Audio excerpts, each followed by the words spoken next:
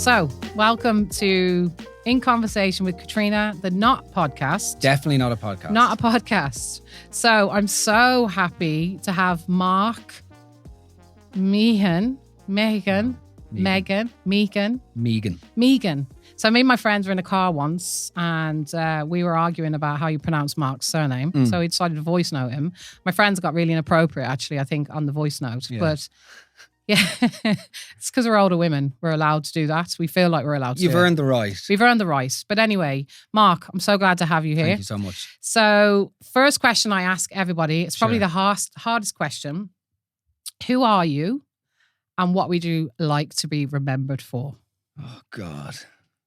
So I purposefully didn't listen to any of the previous conversations Good. that weren't podcasts. I've seen some of Terrence from Talking Bollocks' clips. And I was like, I'll just not listen. I'll go in blind so I'll be able to freestyle it. And you've completely stumped me. Okay. What do I want to be? Okay, well, who am I? My name is Mark Mehigan. Yeah. Who am I? I am a comedian. I'm a writer. Mm. I am in recovery. I'm a man. I'm from Ireland. I've lived in the UK for a bit. I live at home in Ireland now. Yeah. And that's sort of who I am. I'm married. I'm expecting a child. Yay. I'm not pregnant myself, but my wife is. And then that's who I am in a short answer. In terms of what I'd like to be remembered by who is the main question. Because who's really remembered, firstly? Who's really actually remembered? Yeah. Your book will be remembered, Oh, right? But will you be remembered? Mm. Do you know what I mean? Yeah. Okay, so the people that I'd like to be remembered by, obviously, are, say, my wife, my child, my wider family. Mm. How would I like them to remember me? Loving, Yeah. to be honest. There's no point, I'd give you a funny answer, but to be loving, to be kind, Yeah. would be the best, I Yeah. think. Sincere. Yes. And just a bit of crack. Bit of crack. Yeah. If you can be remembered as someone who genuinely just went, he was an Aegis, but he was our Aegis. That would be like, that's a decent level of, to be remembered like that. And then beyond my wife and child, and then, family of origin and all the rest, like in terms of people who enjoy my comedy or have read my book and stuff, I think just to be remembered as somebody who gave a slight escape. Yeah. Right? So like, whether it's comedy in terms of laughter or, writing stuff in the book, if you can do something that provides somebody else with a momentary escape, Yeah. even if it's for a second, a minute, a week, whatever, that's a victory. Yeah. I don't buy into the idea of how would you actually, unless you are a complete titan, which when I was 17, of course, I thought I would be. Do you know what I mean? But I would die happy if it's just like, do you know what? People got a bit of value out of the stuff that you create. I actually love that. I mean, on a Sunday evening. So if you don't know Mark, you don't follow him. You have to follow him on Instagram. I love. Mark has a podcast. I think it's a podcast. That's what we call it. It's called The Roast. And Mark Mehigan's weekly roast. Mark Mehigan's weekly roast. But what he does is he asks the audience to select the topic that they've got funny stories on, basically, that you can roast. And then on a Sunday, I don't know. I mean, you must feel pressure now on a Sunday, but on a Sunday, you just see the responses to the topics. And I've actually featured on the roast. I think it's twice now, even though like my voice is still recognizable. Yeah. But it's the best escape on a Sunday. It's just like you don't take yourself too seriously. And also your followers are great crack, obviously, because they're willing to share crazy stories with you about mad topics. Like in terms of that stuff, firstly, like what's one of the funniest things, or is there any funny stories that you can tell me about that experience? Okay, well, yeah. So for the unfamiliar, I guess I put up a question box on my Instagram, and it will be like, this week we're doing horrible bosses, or this week we're doing heatwave antics, or whatever. Yeah. People from all over the country and beyond will then send in their gripes or things that bother them about their work colleagues or what have you, and then I'll share the responses, but I'll react to them. And I think like, on the whole, the reason why it seems to work is that everybody is completely insane. Yeah. And we're all sort of laughing at and with each other. But there's also a liberation in, yes. like, there is such a liberation going, do you know what? Nobody has their shit together. Yes. I thought I was mental, but no, that person is just as mental. And like all of these people who are walking among us in normal, regular lives, and they are shagging in photocopier rooms or, they're behaving like complete animals. Like there's that. The famous one, of course, recently was a woman who is now known as the Lewis lady. Oh, yeah. Wherein she basically wrote in a story. So, by the way, whenever somebody writes in a story, I then get them to send a voice note and then we distort the voice so it's anonymous. We're like a modern sort of confession box. Yeah. But this woman wrote in a story to say that she was up in Dublin working on a site. Yeah. And it was her first job out of college. She was from rural Ireland. And she was on the Lewis going back to Cherrywood or something where they had a hotel room for her to stay in. And she was standing on the packed Lewis during the heat wave, and she all of a sudden felt the breath of a stranger down her neck, and which she said was the one surefire way to get her going. So she said her nipples immediately got hard, and she turns around and pressed her breasts against his hand on the sort of pole.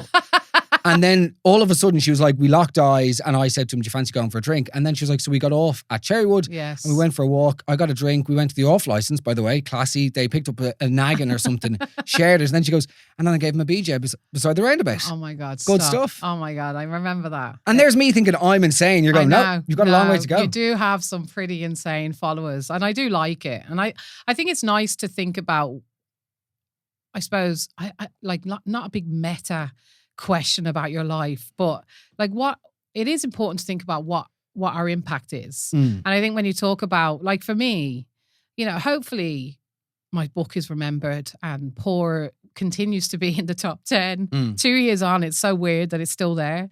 But I, like you, what's more important is that I'm remembered by the people in my life as being, I suppose, good and consistent and kind. And I think it is nice to reflect on that and say, like, am I meeting that? Am I actually going to be remembered for that stuff? Because a lot of us don't actually do that. Like my youngest kid now is 16. Like I dropped him last night at the airport. He's gone on a TY trip to Italy. I'm terrified that he's going to get hammered over there and get lost. But I was like, God, like his life he's nearly a grown person. Like, did I do a good job? I don't think we always stop enough and go, and that's why I asked that question. Sometimes a hard question, but it's like, it's really important for us to stop and think, what am I going to be remembered for? Like, is it, that I was funny outside of my life, or was I a good dad? Was I a good friend? Well, and that's it. And it's also like, it's not dramatic gestures. Showing up isn't telling friends, getting misty-eyed every 6 months or at the Christmas party and saying, I'll always be there for you. Yeah. Being there for someone is boring. I know. Because it's just being there for them. Exactly. It's not this big, sweeping, huge, emotional, 4-paragraph long text message to say, I'll always be there. It's picking up the phone in between. I know. That. Or it's following up again. If you've had a chat with a friend and you notice that they're weird, it's actually picking up the phone the next day and going, this is really awkward, but I'm really worried about you. I know. And it's like that, I think, is... as I get older, I am more allergic to big, grandiose statements of either love or friendship or anything. And it's actually just, as you say, it's consistency. And even the idea of legacy and being remembered and stuff, what is that? It's a load of garbage. Like, ultimately, it means nothing. I know. What are you doing now that can, as you said, like, think earlier on, thinking of others in an actual way, not in a real, I just had the most amazing day today helping out here and posting it on fucking social media. None of that nonsense. No. Just actually being there for the ones that count. I know. It's so funny you say that. Like I was driving over and I rang Dave and he was like, last night we had to take Tig to the airport and he had to be there at 3:00 in the morning. And Dave is like, great. He's grown into being a great husband, grown into it. Yeah. I'm not going to say I've shown him, but like things have changed over the last few years. Like when we were first together, I did all of it. Really? Like Mammy, a lot of it. He worked. I had a real old fashioned kind of idea of man-woman relationship. Like he worked as a builder and I thought to keep him happy, I needed to make sure the house was clean and have the dinners and do the kids and stuff. And I did that a lot as well as my college life and getting a career. And then I'd say the last 5 years, I don't know what happened. I just was like, fuck this. I can't keep doing this. So like Dave has like really grown into being like an amazing husband, as in like he does all the washing, he gets the shopping, like he does more than me, like a lot more than me. But I'm at the point now where I'm like, last night anyway, Tig was going to the airport and I knew Dave had done loads over the last while. Sure. So like I said, Dave, I'll take Tig. I'll get up at 2 and bring Tig to the airport. And so I rang Dave on the way over here and he was like, babe, like, thanks for last night. And I was like, that's the thing, is actually kind of recognizing. And I was joking with him. Yeah. I was saying, I knew you're at the end and now I had to do a little act, but actually just meant was I could see that he was tired. Yeah. And like I could have laid in bed and gone, you know what? You know, he can do it because he's better at getting up in the middle of the night than I am. Like I just need my sleep.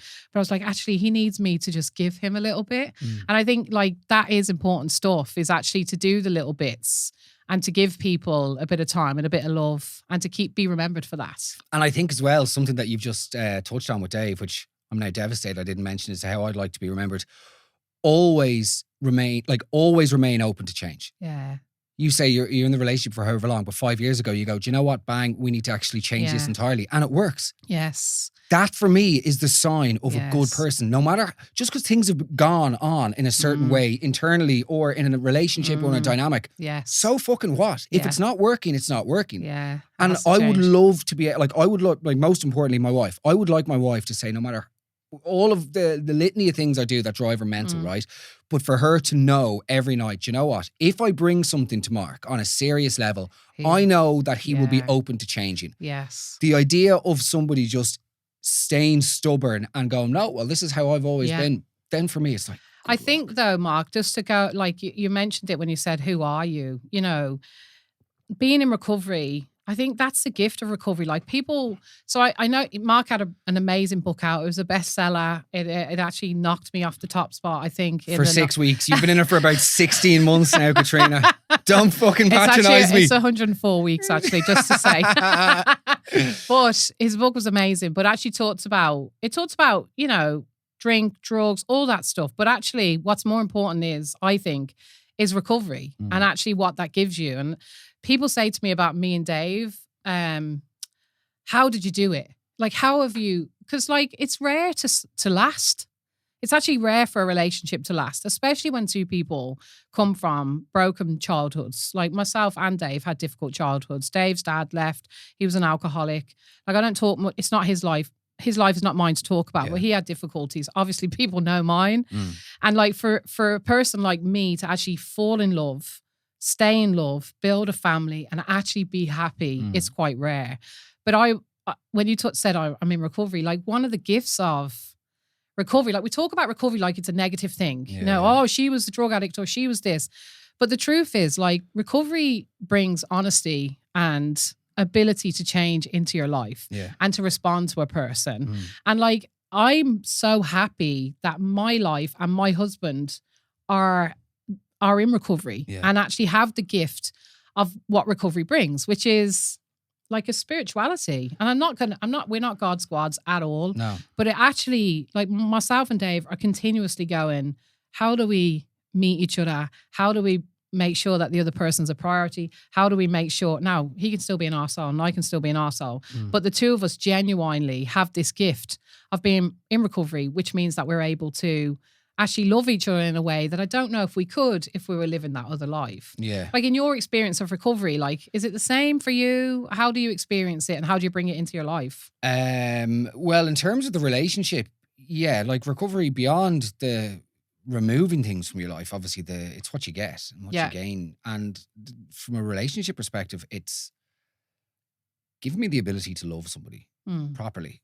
Yeah. Beyond loving my idea of them, you know, like loving a person for them entirely, not related to me and the image of them that I fucking have in my head. Yeah.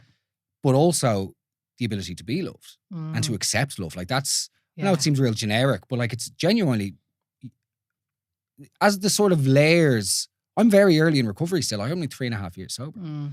But as things like the layers sort of get peeled back, I'm like, Jesus Christ. Yeah.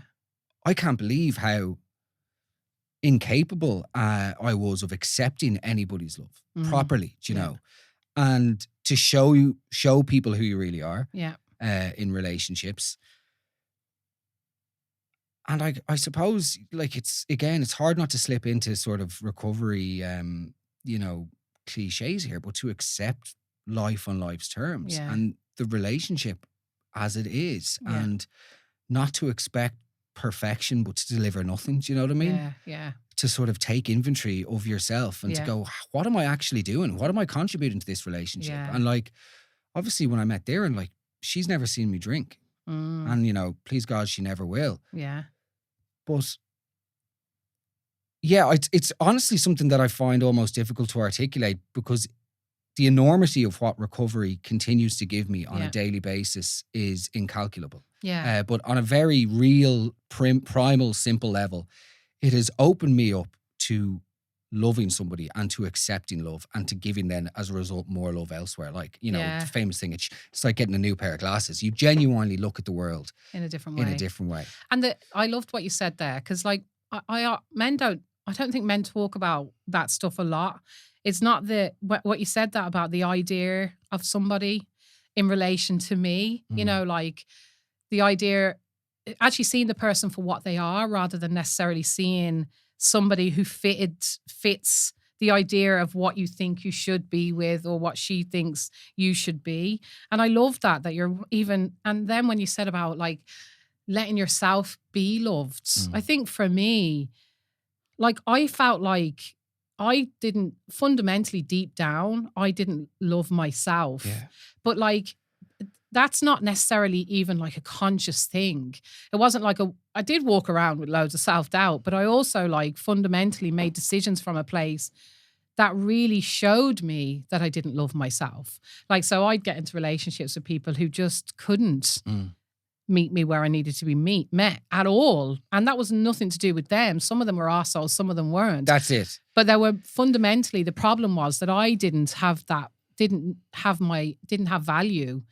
And it wasn't a choice though. No. Oftentimes I think we think about addiction and recovery or the way we are as choices that we make. But some of it is like so visceral and so deep that it isn't actually a choice. It's just this weird core belief that you don't, and it's not just as, I don't want to say trivial, because there's nothing trivial about like physical insecurities or anything like that, because they were all there, right? Where you don't feel comfortable in your body and the way that you look, the way that you move, the way that you sound, the way that you just, you don't fit, right? So you have all of that. But there's just this core belief that like, you're just not enough. Yes. And every like relationship or situation or romantic, anything that I ever got in, like it was all the problems were majority my fault. Yeah. You could say, oh, a 1 in 6, oh, well, she was definitely like this. Yeah, but like, you knew, like I was the one seeking out things that were in no way ever going to serve me.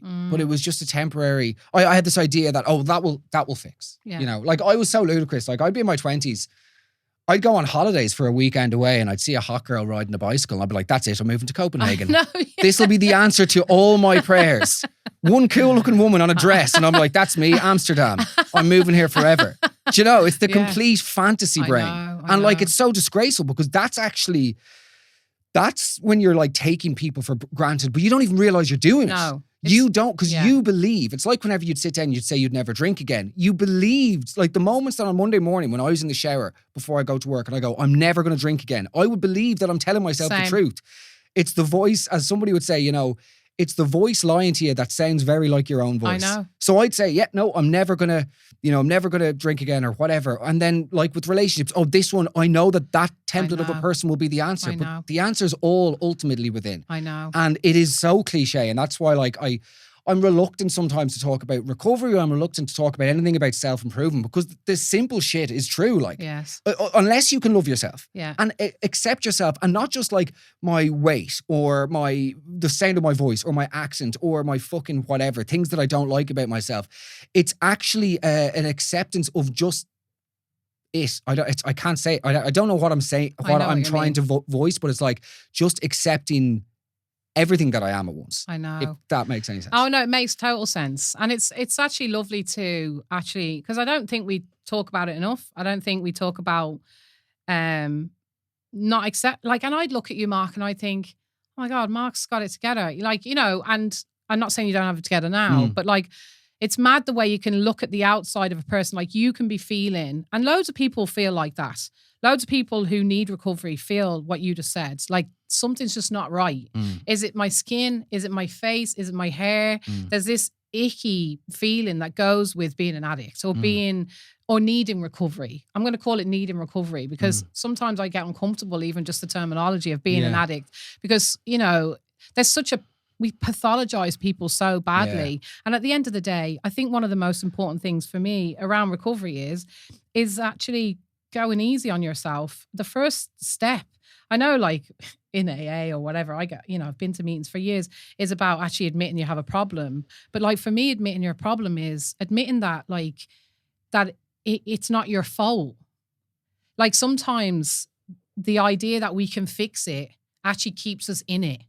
The idea that like, I just have to take this step to make it better. Now, it could be I need to stop drinking, or I need to stop going out with them type of guys, or I need to stop obsessing about work or overworking or underworking. But the idea that we have control or we can do something to fix the thing that's broken within us is the flawed concept at the end of the day.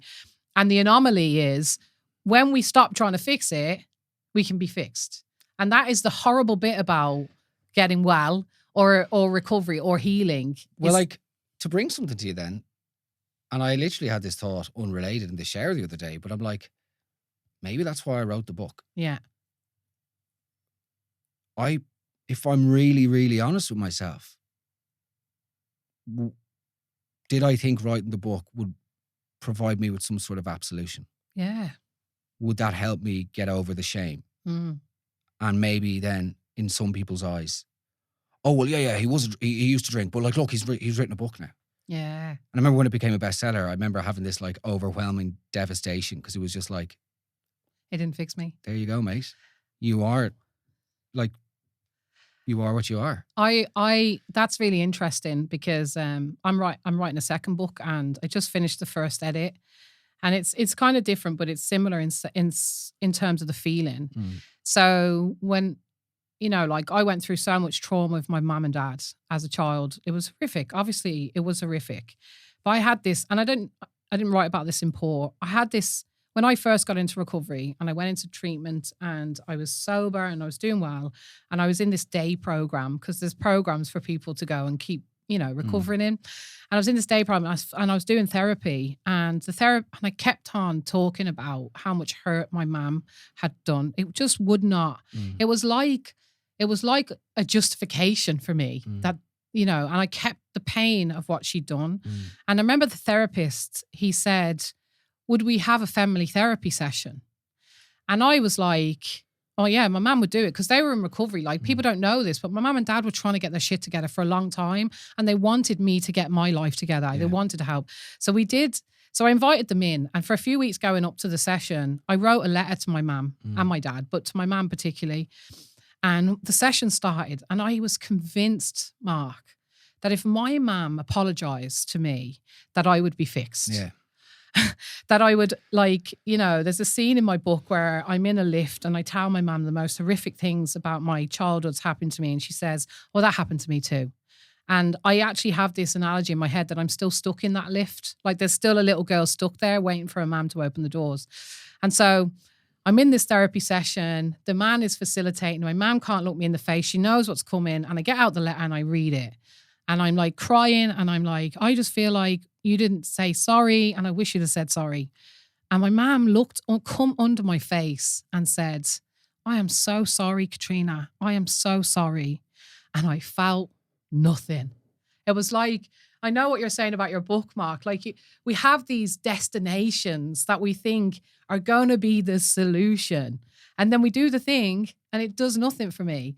And like the years that I've had from recovery, and like 3.5 years is a long time in recovery, by the way, just to let you know, like, people can't get a fucking day, as you know. But I think 3.5 years is a long time.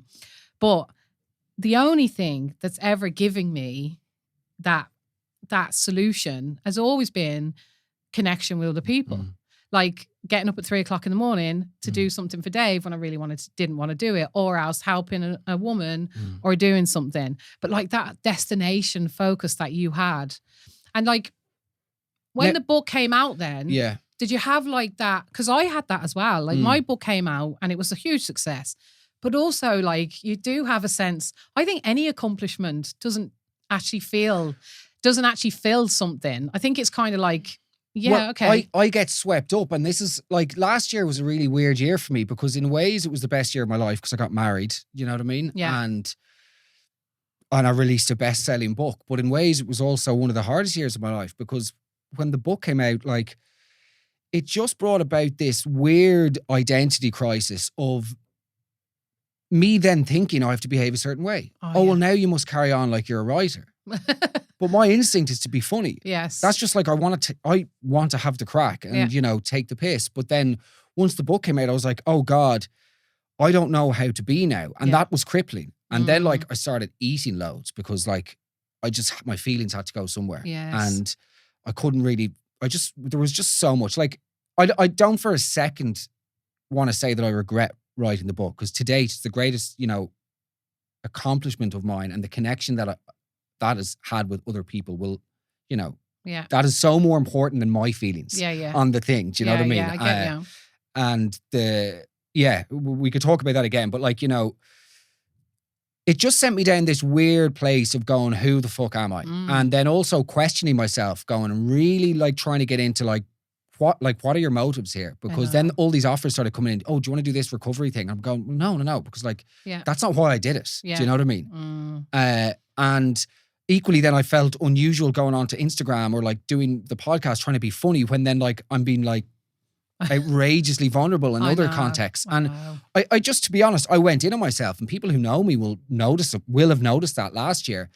And like what you were talking about with, the situation with your mum, and then I've had similar situations in other relationships, but it's like, you're just asking for permission. Yeah. It's like I'm waiting my entire life to be given permission to go, you are okay as you are. I know. Off you go. I know. And I know. Honestly, not to go on a complete U-turn or side project or whatever, the thing that has transformed my recovery and my life in the last 6 months, where there are quantifiable and noticeable changes to anybody who knows me, is I got diagnosed with ADHD last summer. Yeah.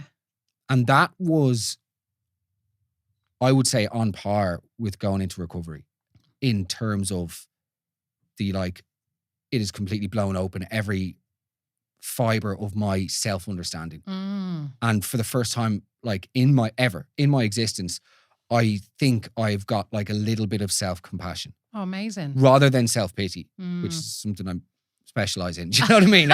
On my bad days, I can, no problem tapping into that. But self-compassion, and I think with ADHD and then treating the ADHD, it's like for the first time ever, I'm in a place where I'm like, okay, you don't need, there is not going to be somebody who comes out and just goes, you are everything. You are enough. I mean, sorry, there are more than enough people in my life who tell me that I'm enough, but for whatever reason, as you know yourself, there's that something in your head or your stomach or your soul, whatever, that says to you, you will never be until X, Y, or Z happens. I know, but I actually really like people who don't think they're enough. Okay. They're my favourite people. Yeah. I fucking hate people who absolutely love themselves. Oh yeah, there's not a lot to be said for good mental health. No. Honestly, I've always said that. No, I'm not saying like bad mental health. I know. But I mean like I got asked a question at a book event, was like, did you always want to tell your story? And I'm like, I wouldn't like to be that person. Yeah. I would like to hang around with a person who just wants to be telling their story. I like people. I like people that, and I think you can exist in lots of spaces, Mark. Like I am extremely confident and apparently a little bit terrifying to some people because I'm really direct. Yeah. But also I'm really insecure about, and I need someone to tell me that I'm amazing quite regularly. And I have all these mixtures of things going on at the same time. And I think the trick is knowing. I really love to hear though that you've found the explanation of the diagnosis has been really helpful for you, because I know a lot of people I know people who don't have ADHD who say they have ADHD because the world is so stressful that they need to be able to explain why they can't cope with the stressful world. But I know people who have ADHD. I remember when I actually read your book and your stories about, I was like, because I'm a psychologist as well. I was like, I wonder if this fella has ADHD, but not in a like judgy. No, you've got ADHD. I say the same to Terence, and Terence will say it to me. Terence goes, "Do you think I'm ADHD?" And I'm like, and the rest. I'm like, come on. But the truth is, like, I think because I talk about this a good bit, like diagnosis. I worry about overdiagnosis, but I also think when I got diagnosed with depression years ago and anxiety, it really helped me, Mark. Yeah, it helped me to say, oh. It's not that I'm broken. Well, you see, this is like last year. I was literally in the car with my wife at one point. It was in the summer, I don't know when, and I was sitting in the front drive, and I was like so upset. I was like, I just can't do my head. I was like, I'm so fucking sick of my head. And like, I thought getting sober would solve this, and it hasn't. No. And that devastation of going like, I thought I was doing all the right things, and I just can't fucking get it together. But it's like, it's all up there. I just fucking can't hold on to it. Do you know what I mean? And then the day of, oh no, today's a good day, but then tomorrow I'm completely gone. And it was just madness. And then I'd gone for my first, I'd been told I had ADHD for, however many years. But then like I'd gone to my GP and then was on lists and waiting lists for like 2 years, and then eventually tried to get some private crowd online and blah, blah, blah. And then I eventually got the opportunity to go and get tested. And I was like, nah, not for me, mate. And Darren was like, are you mad? And I was like, I don't want more labels. What's another label? Because I've been conditioned to believe that ADHD was just taking your arse out in the school bus. ADHD was nothing. It was just extra bold, right? I know, yeah. So I was like, no, I don't need that. I've already come out and said I'm an alcoholic. Now I'm going to be this. I'm just going to look like one of these complete blah, blah, blah who's seen a few Instagram reels or whatever.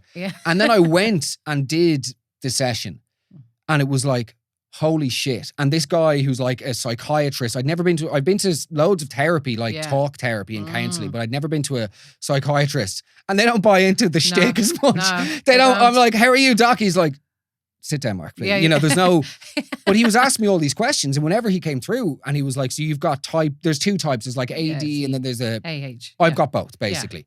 And he went through my childhood, and I just found myself getting really emotional because I was like, that's how it's always felt and all the rest. And it was, to use that word again, like liberating to go, wow, there is, I don't want to say a justification, and it's not something to then go, oh, look, I have ADHD. That's, everyone else is to blame for my problems. Nothing like that. But at least it's like from now on, I have a roadmap of like dealing with life. But the thing is, Mark, can I just say, I know you said there, it's not to blame anyone, but like, the biggest, so like I'm a scientist, my research is looking at human behavior, the consequences, what affects people's self-esteems. Like undiagnosed ADHD affects your self-esteem. Yeah. Because you go through your whole life failing because you have a disorder. And what we do is we blame you. Everybody says, behave yourself, Mark. Yeah. You can't behave yourself. And so you end up, we started at the beginning with this conversation around feeling that there's something wrong with me. But the whole world has told you probably there's something wrong with you, Mark. Literally, yeah. And so it's kind of is the world's fault. It's not your fault. But I have to be careful with that thought though, because that's seductive. And I found myself, and on bad days, I do slip into that. Well, if I was fucking... But what would be wrong with actually going, I was mistreated, and this is really sad. Well, because the thing is, firstly, I think mistreated is a dangerous word to use in my context, because, for instance, like my mum tried everything. She there wasn't the education back then. No. And I mean, I was told like by various teachers, you're just X, you're just Y. Like every single test I got 15% in my maths exam in first year. And they're like, right, he's done with maths for the rest of his life. Stick him in ordinary. My mum was like, no, Mark's not stupid. Like, what's the story? Because he's getting 100% in English. There has to be something where they're like, no, he's just bold. It's like all the report cards are the exact same. Yeah. If only he tried harder. If only he was like this. I'm not talking about your mum. No, I know you weren't. I'm talking about the education system particularly. I guess selfishly, I have to think about like, what good would it do me now to revisit the annals of my childhood and go, because there are so many situations and the core beliefs and the finger points you going, why aren't you like your brother? Yeah. Why aren't you like the other guys in class? Why aren't you like this? Why aren't you like that? It does. Yeah, of course. You feel like you're fucking just wrong. Yeah.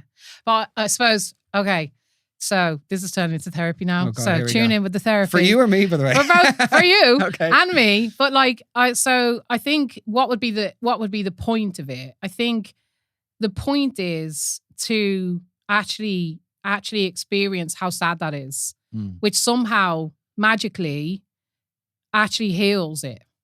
And like, I don't know how, I don't know why, Mark, but like my own journey with being told that I wasn't a good girl, a clean girl, a clever girl, all of them messages that were given to me because trauma made it impossible for me to actually be a good girl. I used to sit next to two good girls in school. So I went to a comprehensive school and it was a poor community, but some of the more privileged families sent their kids there because I think they wanted their kids to have an experience. Soul to the earth. Yeah, so I used to sit next to a girl called Annette, and Annette had a really good home and a lovely family. She had a tutor, she had a chess set on her coffee table. Her mum wore an apron. I'll never forget. But I was always compared to her.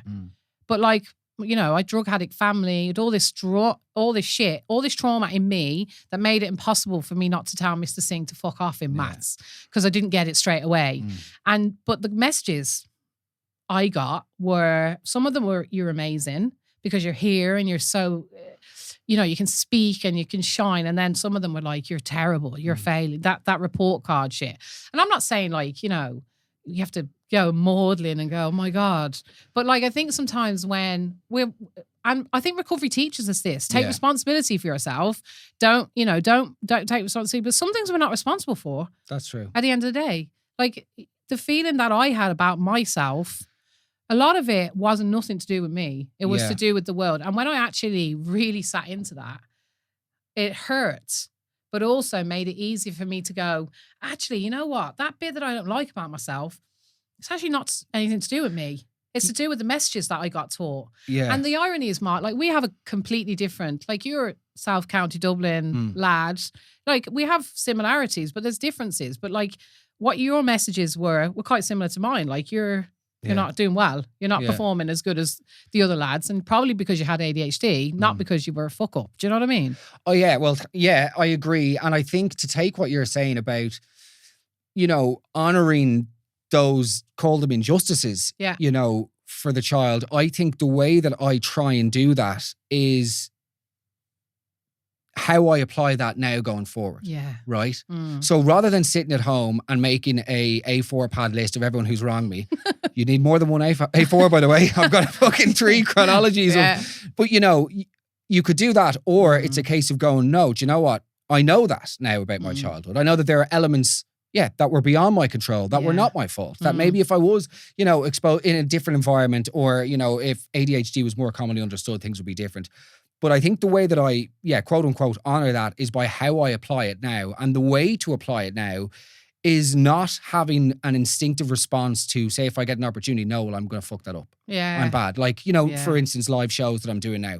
I've had the most horrendous relationship with live performances because always in my head it was like, no, you're not the type of person who can do that. Really? But again, it's this invisible demon inside you that just is constantly at you saying, no, you're not good enough. Yeah. And I think now, like, I'm living in a way that I for people that know me, I'd like to think it's evident where it's like, I'm just not apologizing for who I am. No. And I think to go back to what you asked about the book, like, that's probably what I felt like last year. And I remember saying it to Darren one time. I felt like it was just, I was sick of going out and fucking basically apologizing. And I was so afraid of the way I talked about the book. So I was like, I don't want to come across like I'm blaming anyone. I don't want to come across like this. Don't want to come across like that. So I would just go out and sort of fucking impale myself. I know. And then, by the way, when you do that and then you get like an abusive message, you go, holy shit, like what is any of this worth? I know. It is so, I don't think anybody who has, it is so vulnerable. It is so hard to put your story out there. Like, even when you're saying that, like I just have that visceral feeling of that 6-week period because you're also trying to, you also want to sell the book. Well, that's it. So you wanted to sell because like you, I want to be really successful. So like I want to be really successful and I want everyone to want to read my book. Yeah. So I want to talk about the fucking dark side of the story, but also feel icky about talking about the dark side of the story. And then you're also reliving the horrible pieces. And in your case, obviously it sounds like, you know, there was that other side of it where you're kind of feeling like you should be apologizing for.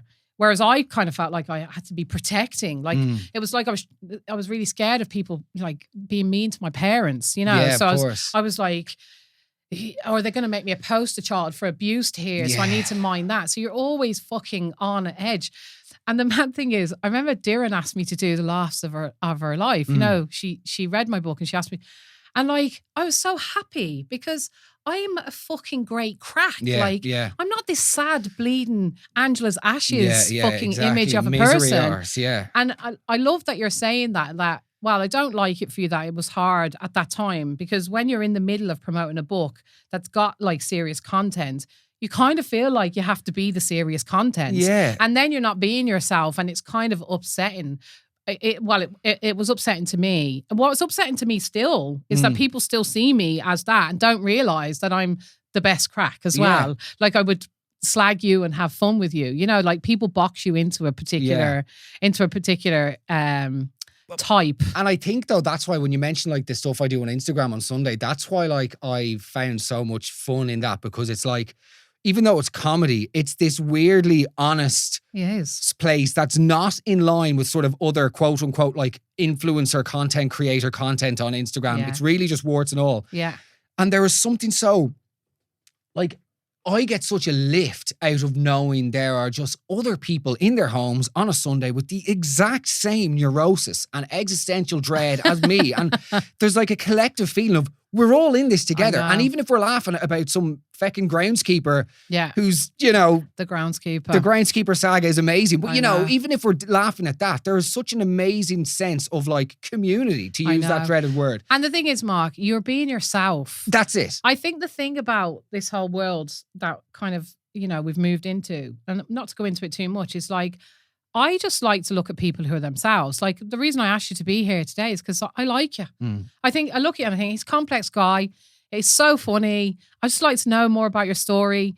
Like that's it. And like I watch your Instagram because it's funny. And it's like, but you are a bit serious as well sometimes. I definitely, I need to stop taking myself so seriously. No, but sometimes, no, not at all. I'm loosening up. I read something recently and it was the most unbelievable thing ever. It goes, we must not attach ourselves too much to the idea of our own dignity. Oh my God, stop. I love it. I was just like, Mark, that has been your problem. Yes. I have this idea of maybe if again, it's like the ADHD and the addiction thing. Yeah. Maybe if I just maintain X, then I'll be, it's like, no. Yeah. People don't give that much of a bollocks about you at all. No. And you will become crippled. If you try and control the reaction of other people to you, you're fucked. Don't get out of bed. I think that, you know, I'm older than you, Mark, so, and I've longer in recovery, but I've also just longer in life, which it sounds very patronizing.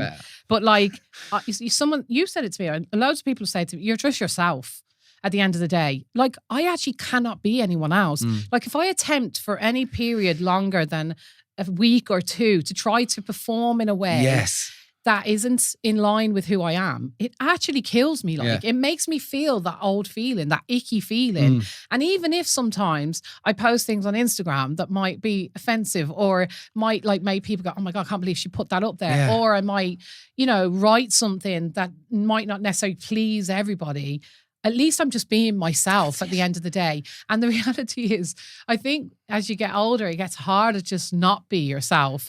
For me. But like when I went to Trinity, fuck man, I tried so hard to be like them. Like honestly, I changed the way I dressed. I didn't change the way I speak because my accent kind of hides how common I am. So that, which was great. But I really tried to fit. And you just can't. Like I actually think it's more painful to live a fake life. When I look at people online, I'm like, you're being a fake fucker. Yeah. I'm like, how can you do that? Because it's soul destroying to be somebody other than what you are. It's a prison. It has to be a prison. Yeah. And by the way, it's one that I'm not fucking completely free from. I can get swept up into the idea of, oh, well, look, now you're doing great with the roast. You have to be Mr. Man. That's crack all the time. And like the biggest thing, you talk about comparison. Like I've done so hard, worked so hard in the last couple of years to just like not pay attention to other comedians, and not in a way of not wanting to look at other people's success, but like, why compare yourself? There is room for everybody. And people get into their heads around like, oh, well, look at X person versus Y person. It doesn't fucking matter. No. Everybody is able to do whatever they want, if it's similar to someone or if it's a million miles away from it. And yeah, for me, just the comparison piece is just so futile. The comparison. hours. There's that saying, comparison is the killer of joy. Yeah. Like I have that on LinkedIn. I don't have that on Instagram. So like that's not good recovery if you're using LinkedIn. Well, LinkedIn, no, but LinkedIn is like, Professor Jane, blah, blah, blah, presented at the World Conference for, and I'm like, oh my God, Professor Jane is doing better than me. And then I'm like, hold on, like, why am I, I find LinkedIn to be triggering around like my professional life.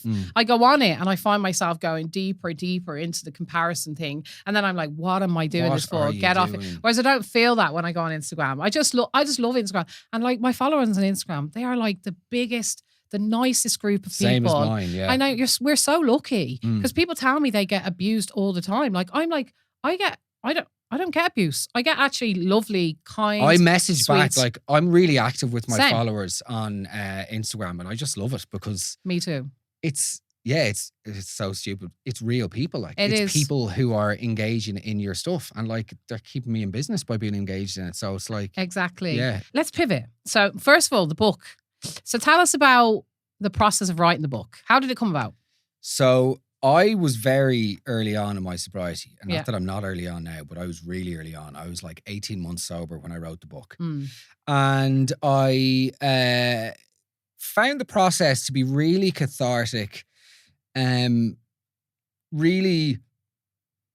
really unusual. Like, I was hyper aware of my privilege growing up. So the idea was not to make it out to be this like, woe is me. But at the same time, I knew that there were lots of other drinkers around who sort of were in this grey area of like, well, what actually is an alcoholic and how bad do things need to get before I actually go and get help? And I suppose also I had a huge feeling around men and particularly men not opening up. And the hardest thing for me was like to put up your hand and say you want help, but then to do it again and again, like to... might be able to do it once, but to keep doing it. So I guess I had ambitions with the book to be really honest. And I was also conscious of, in a world of like internet misogynists and just dangerous mental health messages, I guess, I was like, put your money where your mouth is, Mark. And if you're going to write something, be really vulnerable. Like, love it. But then like, in ways I sort of hated it. Like, I mean, even recently, I've never listened back to my audiobook. And I've only ever sort of revisited the book itself on a couple of times.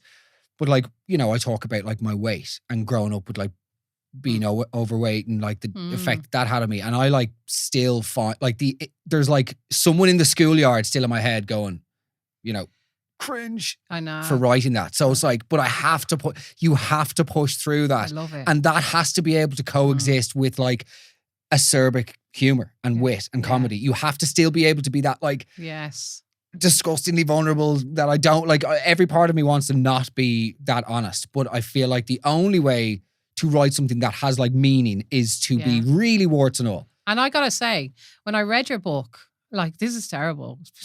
I was surprised at how good it was. Good stuff. And I don't mean that in a way like that. I don't know you. Like, I don't know your life. I don't know. But I was, there's a lot of like people who are kind of in the limelight a bit and they write memoirs or they tell their story or whatever. But like, it's really written well. And also it's really reflective. And I think that's rare in a book like yours. I think it's rare I don't know if it's rare, but it's not something I've seen a lot in men and like men like you. Okay. I don't mean that in like a judgy way, but when you say men like me, do you mean like cultural context? Like, what are you? I mean like you're a good looking guy. You've got a profile on social media. You're from South County, Dublin. You look like you kind of got it together a little bit. Maybe you might have been a bit of a party boy.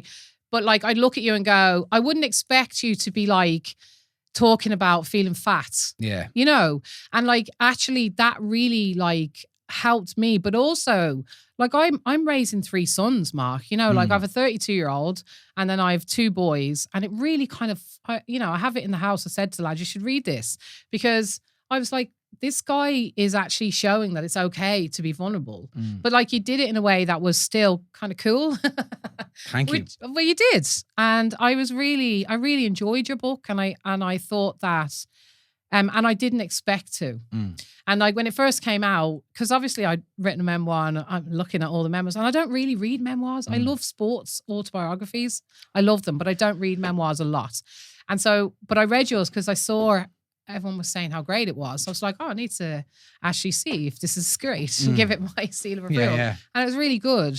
Thank you. So congratulations. Thank and I you would very much. recommend it to people to read, especially because it just gives another slant on the male experience and also about vulnerability in men. Because like often, like I grew up as a girl, and you look at boys and you're like, oh, they don't feel what we feel. They don't, you know, they don't have, you know, we always kind of, women own the space of having difficulties in some ways.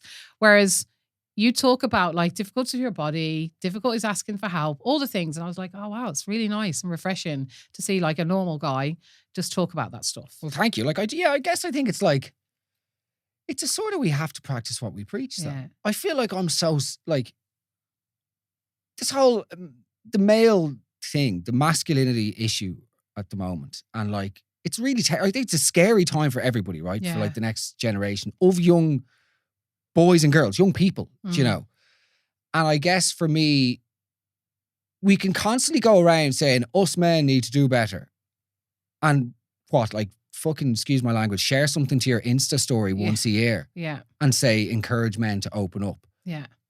But like, opening up for me is like not just doing that, because that's what we've done, and we're still experiencing the same levels of suicide, of like just unaddressed mental health issues. Yeah, really bad. You know, and not meant like, this is the thing as well. It comes back to the grey area as well about my drinking, like not just issues that go to the end result, but there are just so many people out there who are just not happy, like living really sad lives because they're just struggling and they don't feel like that they can open up. And I remember when I went into recovery, like my entire attitude and everything was just like, everything that I knew about, that I thought I knew about the world to that point was just shattered, because it was like, holy shit, you are not alone.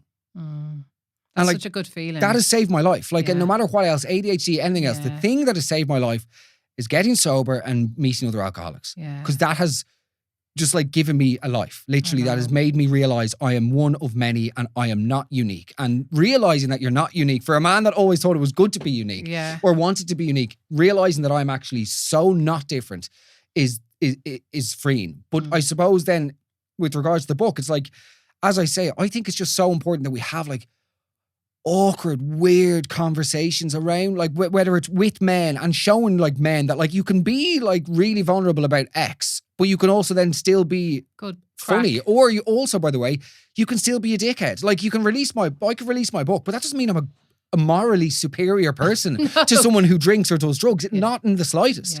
I am flawed and I've got like so many shortcomings pouring out of me. And I think we need to approach this, I don't know what, I'm getting into rant mode, but like everybody is nuanced, right? Yes. And I think we should really encourage people to be more forthcoming, whether you're a rugby player or whatever, to just be like, oh yeah, by the way, I also have X, Y, and Z. Yeah. In terms of when you wrote the story, so like, did you get help writing it? No. So you wrote it yourself? Yeah. And then did you feel nervous about that? Like actually you're... So like for me with Poor, it's like there's the story and then there's the art. Yes. The craft of actually telling the story. Yeah. Did you have a nervousness about the telling of the craft, or did you not care? Like I cared. So like Mark, like ego Katriona, academic, Dr. O'Sullivan. I'm like, I want you to think it's amazingly written and beautiful, as well as love me and the story and the message. Did you have that as well? For sure. Like, absolutely. I mean, the one thing that I've always done in my life is writing. You know, that started with journals in my bedroom as a kid, writing stories Mm. and poetry and songs and music and all the rest, and then essays and whatever in school. Like writing was all I ever did, really. It's the only thing that I've ever done consistently in my life. So that formed the basis of why, you know, telling my story, you know. And when you write more? I am at a weird place with writing where I wrote loads after the book and I started doing like a column and I was writing a lot and I'm just loving it. Like writing is my favorite thing in the world. But then I did some travel writing when I was away. That was amazing. Like seriously, got thank you very much. Can we just go to this before we go anywhere else? Like, so Mark and Darren went away and literally like, you need to have a show together. You need to have a TV show or something where you travel around the world and just tell us all the best place to go, because it is phenomenal. Like, I don't really like travel stuff. So like I look at people when they post about travel. Your trip in France was fucking phenomenal. Thank you. And your writing about that was phenomenal. Like, Thank you. I know you're a comedian and you do all the comedian stuff, but that shit was fucking good. Sorry, but because you were like so detailed about all the good stuff. I was like, Mark, this is your forte. That's what people were saying to me. They were like, fuck the book on alcoholism, mate. Write a travel book. You should write a travel book. I might at some stage. No, Yes. like I will. Sorry for interrupting you No, there. you're grand. Like so I was writing a lot of different articles and stuff. But then again, trying to figure out where to place myself. Like I was doing an Agony Ann column, but I'm like, it was grand, but I'm not a psychologist. And also like then you fall down the trap of taking yourself too seriously. And what do I do best? I like to do comedy. Yeah. I like to, occasionally put forward some maybe pseudo-intellectual ideas about psychology or mental health, but fundamentally I'm a comedian and that's where I'm the happiest. And then like with the podcast and then with writing live shows, that's where I am. So at the moment, no, I'm due to have a meeting this summer about second book, which in theory could be about ADHD, but then I'm like, but Mark, what is that? Why just more mental health? Why not just actually go and, do you know what? I'm going to write a book, a travel book. Yeah, but I love that. It's an oversaturated market. I know. And well, I don't know if it is because I never buy travel books. But well, I know. nor do I. But according to because we met with some people and they're like, oh, we've got travel writers. We've got travel writers, and it's like the same people in their mid-50s who go to the. I know. There's a guy. That's I don't know what his name is, but he doesn't fly. And he travels everywhere. That's cool. Yeah, so he does a good bit of blogging. I like his stuff because it takes him 10 years to get to Spain. Oh, deadly, yeah. And you're like, you're a mad thing. Just fly. But he's trying to save the planet as well. So that's kind of cool. So in terms of then, like, just let's pivot a bit. So I mean, you made reference to your mom and your childhood and stuff. Like, is there certain memories from your childhood that you think defined who you are as a person, like good and bad? It doesn't have to be bad, like all bad, but there are certain memories or experiences that you had that you think that, oh, this really had an impact on who I am and how I see myself. That's a very good question. I had an English teacher in school, Martin Kelly his name was, and he was hilarious and outrageous and he completely ridiculed my writing in the best possible way. Okay. Because he'd always like get me to read out my essays and stuff, but then he'd really push me and be like, none of this bullshit language now, Mehigan. None of this flowery language, because I'd be using real flower. Like I loved it. But in a way, he was really encouraging me to get through. And he was roasting you. He was roasting me. There you go. But like, I remember I tried to drop out on a few occasions. And I remember one time in fifth year, I was like, this is it now. I'm fucking done. And I went into the office and I was like, right. He was like, what are you doing? It was the middle of class. I was just walking through the halls. He was like, what are you doing? Get into my office. And I was like, Grant. And he was like, what's going on? I was like, I'm done. What do you mean you're done? And I was like, and I went on this big rant about the system and how misunderstood I was. And nobody got me. And I just want to be out in the real world. I want to make music and I want to get out of Ireland and all the rest. And he stood there and he sat there and he didn't say a thing for the entire like spiel. And then he just lifts up his two arms and he starts doing this little violin thing and he started crying, laughing. And he was like, oh, poor little Marky Mehigan. And I was like, oh, for the love of. And he was like, you'll stay in school now. Because the thing about you is, you're really quite brilliant with English, but it's the only, if you leave now, you're blah, blah, blah. And he's like, stay for me. Don't do it for you. Stay for me and do your leaving cert. And I did. And Have you ever gone and spoken to him or anything? No, he was arrested. Because he's No. here. Yeah, exactly. He's coming out now. No. Imprisoned for fraud. No, he wasn't. But I ended up getting the A1 in English in the leaving. Amazing. And that actually is probably, I don't think I ever remember a feeling. That was probably the first feeling of like true pride Oh, wow. was like getting A1 in the English Leaving Cert. Wow, you made me cry. That's Really? really beautiful. Thank you. Like, honestly, I love, you know, I love a teacher story. Mm. But like, I actually think they are probably the unsung heroes. They are the villains. So there's so many villains who are teachers, but there are so many. My English teacher, and I just have a special place for English teachers. I don't know if it's because they're allowed to just be a bit more Kooky or kooky, something. yeah, or they're just allowed to like elaborate on shit or make up bit stuff or see themes. But like a lot of people I know have really positive English teacher stories, and it sounds like he But imagine giving someone the gift, and this is going to sound nauseatingly cliche, but like imagine, or earnest or whatever, but imagine giving someone the gift of believing in themselves. I know. Like he literally took me out and was like, your English is completely outrageous, but it's brilliant, but you need to put manners on it. Yeah. And like that, just that nugget. That's amazing. He probably never thought about it. Like he probably doesn't remember me, genuinely. I'd say he does remember you. I'd say he does. I think the thing about it is I was at a teacher conference. I go and speak to teacher conferences all over the world actually now. And I was at a conference and a principal said to me, he said, I was in the corridor of my school and he used to teach geography. And he said, and a woman walked past me and stopped and said, Mr. Harris, you won't remember me, but I'm Molly. And when I was 14, I was really struggling in school. And you just stopped me one day and said, Molly, you're brilliant at geography. You're absolutely brilliant at geography. And now I work as an environmental scientist and I'm really successful because you said that one. And he had no clue who she was, but she transformed just the way he perceives himself. And I actually, you know, writing my book, you know, Mark, telling my story, it's actually, that's why I told my story, to encourage people to do that, to actually give other people just a little bit of affirmation about who they are. It doesn't have to be when they're a kid. It can be when they're an adult, but just to remind people of how great they are. There's so much, by the way. Like me and Darren always say this with like, give people more compliments. I know. Give your friend. My mum got a new pair of glasses the other day, and I said it to her 3 times. And by the way, fully true. She got this unbelievable pair of glasses. She looked like Uma Thurman. Do you know what I mean? She just looked so cool. Your mum is beautiful, by the way. I saw Thank a photo you. of her. Yeah, she's gorgeous, isn't she? Gorgeous, yeah. Absolutely stunning. But you know, she got these new glasses, and I was like, she looked amazing in them. But it's like, say that and keep saying it to a person. Well, can I just say, when I do my talks, that's one of the things I always say: be American. Yeah. I go like this to the audience and they laugh because like Irish people, we find it really hard to give compliments and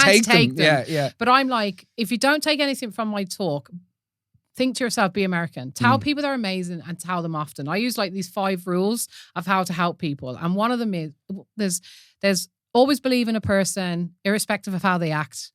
Go the extra mile for people. Tell them they're brilliant. Tell them they're brilliant. Maybe it's not your fault. And the last one is use your privilege if you have it. And the one about tell people they're amazing is like, tell people they're great. Like I get told that all the time. Like on my Instagram, people go, I'm really sorry for reaching out to you. I've never done this before. So they apologize. And they go, I just want to tell you that I think you're amazing. And I'm sorry for, and I'm like, I always love to be told I'm amazing. Like there is a bank inside of me that just needs filling up all the time. And it's in everybody. Yeah. And Mr. Kelly was obviously someone who understood that you needed a bit of slagging, but you needed to be told that you're amazing. And I get messages like that, but then in the same token, I'll also get like, if I put up a thing to say I'm 3 years sober, somebody will go, yeah, less of that. What colour's your garden paint? Oh, do you know what I mean? And you're like, it's fucking charcoal grey, Susan. Really? No, it's not. It's a black. But it's black. Yeah, you have a wonderful garden. So, childhood memory that defined you. That's lovely about Mr. Kelly. I'm delighted you got an A1. And the irony is that then writing has been a big thing in your life. Your book was a best-selling author. We can just put all that down to Mr. Kelly. Absolutely. Essentially. Nothing to do with you. So the royalties need to be funneled now over to Mr. If there is any royalties. Let's just be clear, you don't make a lot of money from books. You do not. Let's just tell everybody. I was trying to do the maths on what you've made. We're not obviously not going to put anything. Darren asked me. Yeah. But I was like, well, if I've sold 170,000 books. Good luck. I know. Now, that's 10 times more than I've sold. Fucking hell. But 17,000 books is fucking loads. That's a bit low. I think lower than that, I'd say. But anyway. Yeah, but like a bestseller in Ireland is 1,000 books. A bestseller in the UK is about 3,000. If you're 5,000 books sold in the UK, you're a Times bestseller. Yeah. So like you don't make a lot of money from books. If you're it's like the ancillary stuff. Yeah, it's the stuff that comes off it that does. Now I have made a good bit of money off my book. Of course, because you've sold that many. Because I've sold that many and it's still selling. in, but like it's very rare at the end of the day, just so people know. Because people come up and go, are you rich now? I'm like, absolutely not. Like, it doesn't make you rich at all. Yeah, I think there's loads of, with all of the sort of creative industries though, it's very, people don't really know what makes money and what doesn't. I know. I love to know. So like people won't tell you. So I'm like, even my agent, I like, Dave, how much? So he has some influencers like who he represents who are lovely. And I'm like, how much you getting paid for that, Dave? And he's like, I'm not going to tell you. Yeah. I'm like, I'm not going to share it. Just tell me. Like, well, like that world is completely lawless because you've got the difference between somebody getting paid literally 500 quid to do something versus, $7 grand. It's 7 wild. grand. Yeah. It's wild. Like I did a talk and I got paid like 15 grand. Yeah. For 25 minutes. Yeah. I was like, what the fuck? Like, yeah. And then I get another talk offer and they're like, we have €25. The most outrageous I ever got was, hi Mark, we're all huge fans of your content in the office. We'd be willing to provide you with a medium meal and cinema tickets for you and a pal to go to the movies at any stage somewhere in exchange for blah, blah, blah. Oh my God. Not even a large. No, not even a large fucking medium. That's the real insult. Well, Mark, like when you've sold 170,000 copies of your book, no, I'm only joking. Yeah. You might get a large meal. One day. Okay, last topic. Right. Being a dad. Yes. Okay, this is coming. So hopefully you all know this. But Mark is expecting a baby. Him and his wife, his wonderful wife, who I just adore. Tell me, how are you about that? So let me just tell you this, right? Me and Dave, okay. I know you and Darren are together like 3 years, is it? 3 years. 3 years, married, baby on the way. So like me and Dave met and within 6 months I was pregnant. Wow. So, and it's 21 and a half years later and it's still good. So 3 years is long in my, but I mean, does it feel like your whole life has changed in the last 3 years? Like as it's transformed, or do you feel like you're just where you're meant to be? Like this was meant to happen? Very good question. I think, okay, one of my big learnings of, I think the last year, which is going to sound it's going to sound self-defeating, but it's actually not meant to be. And it's probably the greatest learning of my recovery is that I have absolutely no idea what is best for me. Right? You're the perfect man. Once I let go of the idea that Mark knows what's best for Mark, I love it. that's where happiness lies. Once I fucking remove these expectations of how I think, all those things that I think would make me happy, I'm gone. So like the point that I'm trying to get to is like my life now looks like, for instance, if you had told me 5 years ago that you're going to be living in the suburbs, you're going to be married and you have a baby on the way, I go, well, that is just the most mundane thing. No, that is not me.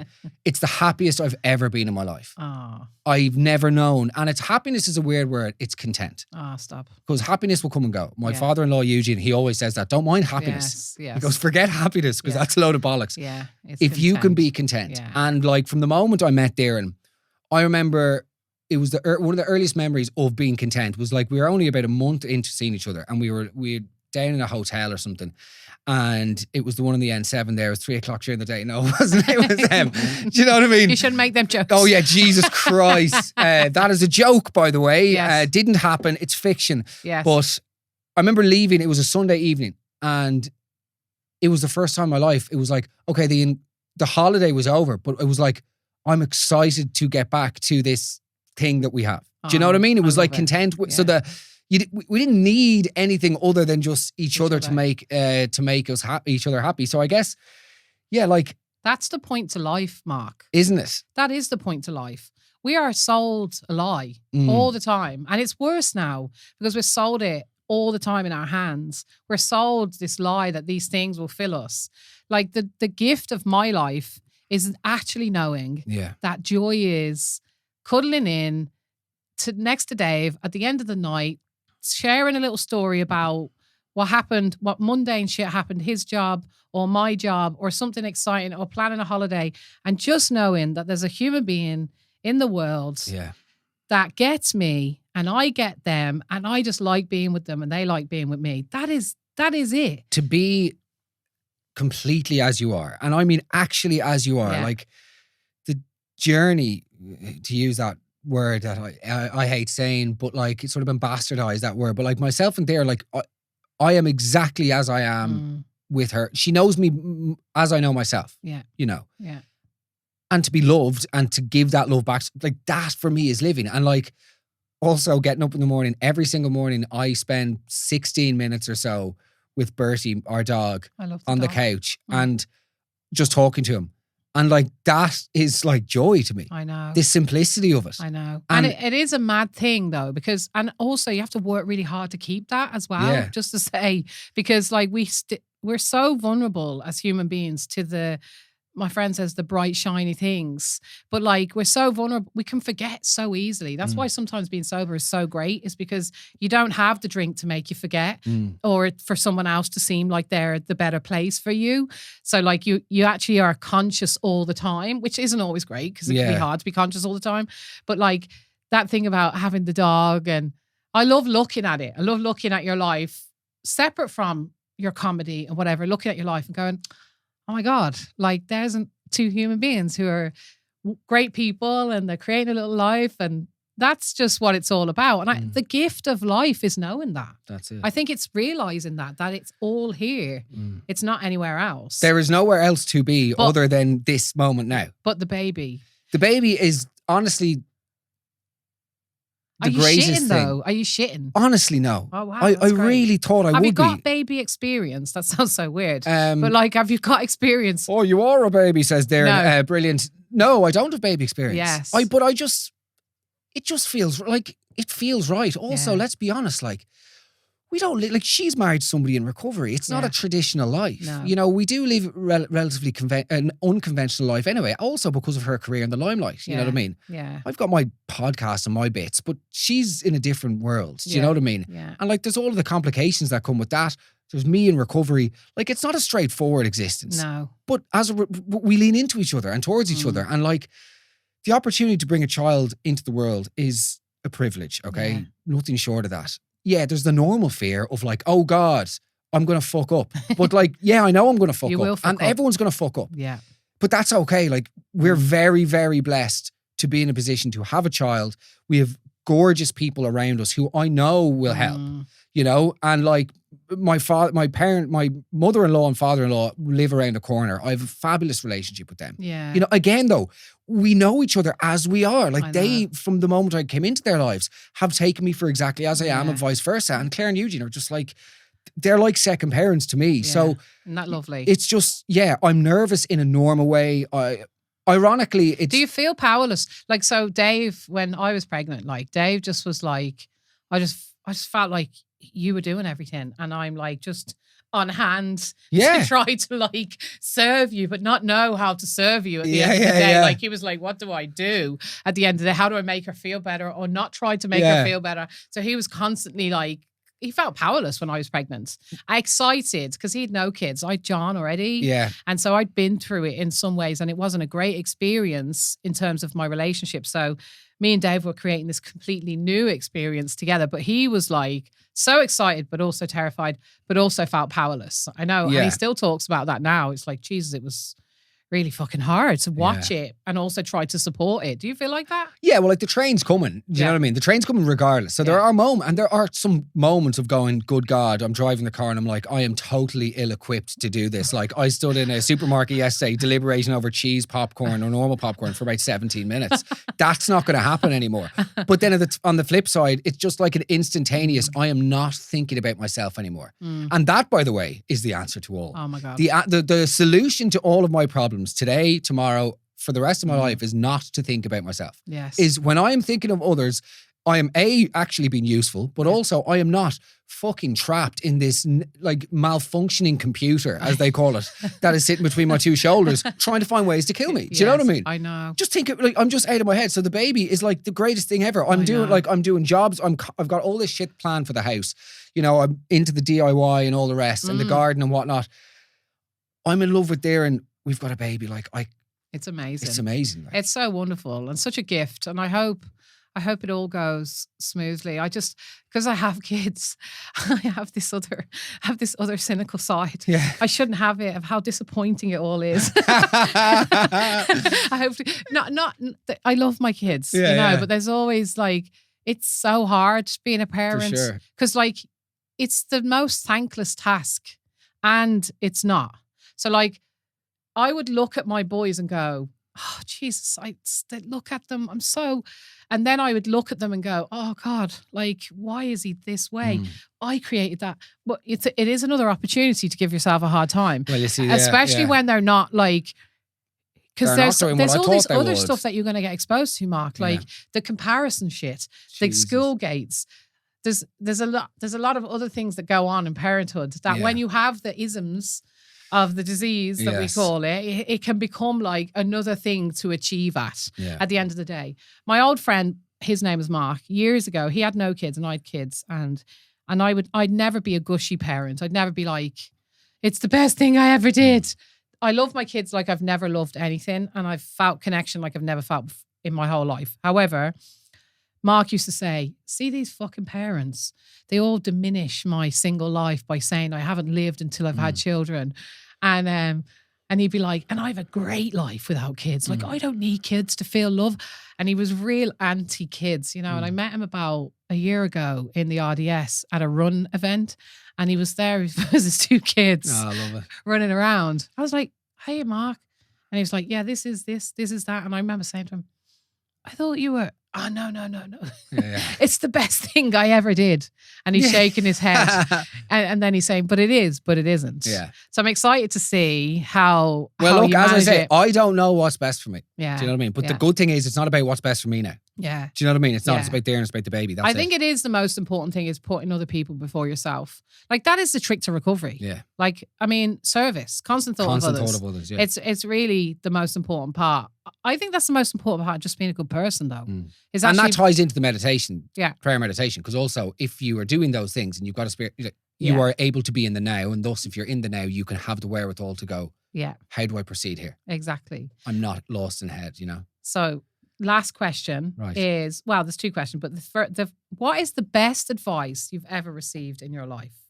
Take a moment to think about that now. Best advice you've ever received. Oh, it's going to be real simple. Go. It was just something from my therapist last year, and she was like, but how would you respond if you believed you were good enough? Oh, I love it. What would you do if you thought you were good enough? And I know it's probably been all over the internet, but it's so simple. How would you react to that email? How would you react to that interaction? How would you react to that rejection if you believed that you were good enough? Yeah. It's been life-changing. And has that helped you, Mark? Yeah. Yeah, genuinely. It really has. And is it like a case of like... just tricking your mind. Faking it until you make it? Just going, hold on, like... I got an email yesterday that just sent me over the edge, because it was like, we want to book you for this gig, blah, blah, blah. And you see the word exciting opportunity. And I'm like, this is interesting when I see exciting opportunity, but I don't see a fee. Yeah. And then I was like, well, let's talk about this. Like, oh no, we'd be willing to look after transport to and from the gig. And I'm like, so you want me to work for free? Oh yeah.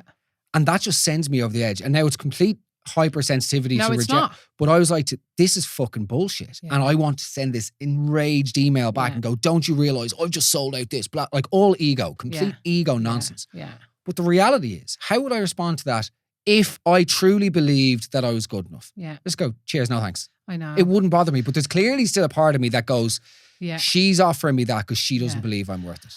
I actually, just on the way here, I rang a friend of mine. There's a woman, and I always say to her, do not work for free. Do not work for free, right? So I go mad at her. And a year ago, it was actually 3 years ago, and it was an event for the Sunday Business Post. No problem saying it. Yeah. And it was a women in STEM event. And the woman who was running it, she got my number and she rang me. She emailed me. She said, I'd love you to speak at the event. And I, at that time, had no idea, but I went to another friend and said, how much would I charge? And she said, charge $1,000, right? And I said, okay, yeah, so it's $1,000 for me to speak. And your woman went, oh my God, are you for real? Oh, yeah. And she went like this, the Provost of Trinity will do it for free. And I went, oh, well, amazing. That's great. You've got more budget then, yeah. I'm delighted that you've got her. I hope the event goes well. And she went, oh, are you serious that you're not going to do it for free? And I said, it's a women in STEM event, we're supposed to be encouraging women to know their value. Don't and you're get me telling me. started. And she went like this, okay, no problem. She said, I really admire your balls. And I was like, you can get people for free, get them. So anyway, put the phone down. Yeah, sorry. And then a week later, she sent me an email. With the offer. We'll book you. And I smashed that event. People still talk to me about how great I was at that event. But like... I know that I definitely have a bad reputation with certain people because they've rang me for stuff and they're like, oh, but this is a really exciting opportunity for you.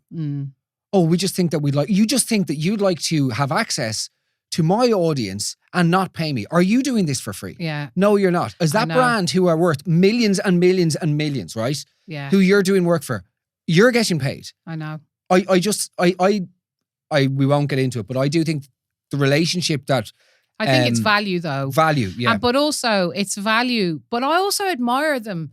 I also admire the balls. The gall. But like the irony for me is, Mark, like I have people who I do work for free when it's a charity or an event that they don't have it and it's something I'm really passionate about. It's not that I want to make money, but like I have like 12 years in college. I have a fucking whole life experience of recovery. Like that, like same as you, like you have assets that you've worked for that people shouldn't actually ask you. They would never ask my husband to build a cupboard for free because he's a carpenter. They'd never say, Dave, will you come around and build a hole and put the doors up in our house? It's great exposure for you, Dave. You'll show it to everybody.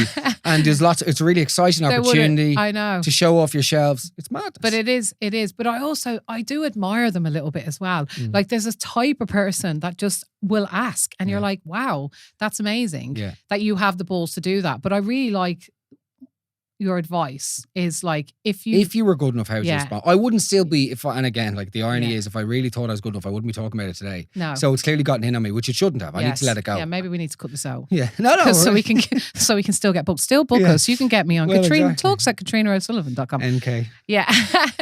Okay. That's the end of the conversation. Is there anything you thought we would talk about that we haven't? No. I think I like to come in relatively open, and that was... Terence was the opposite. So he read the questions and it completely debilitated him. So he was like, oh my God, I can't do questions. Please don't ask me the questions. So anytime I asked him a question, he just went blank. Yeah, okay. So he was like, let's not do that. I actually like the structure, so thank you for adhering to it. Oh, really? Yeah. Oh, well, suits me. Yes, I like structure too. And thank you, Mark. I am dying to see your show. I'm so delighted that it sold out in 2 minutes. Mark is doing a couple of live shows and hopefully there'll be loads more of them and loads more babies after this one. I can't wait to see how he is Oh God. In a cynical way. I'm hoping to see him less well put together, hopefully a little bit tired, but also much more loved up and reminding us all that the point of life is connection, not achievement. No, exactly. So thanks for your time, Mark. Thank you. Thank you. Much appreciated. There you go.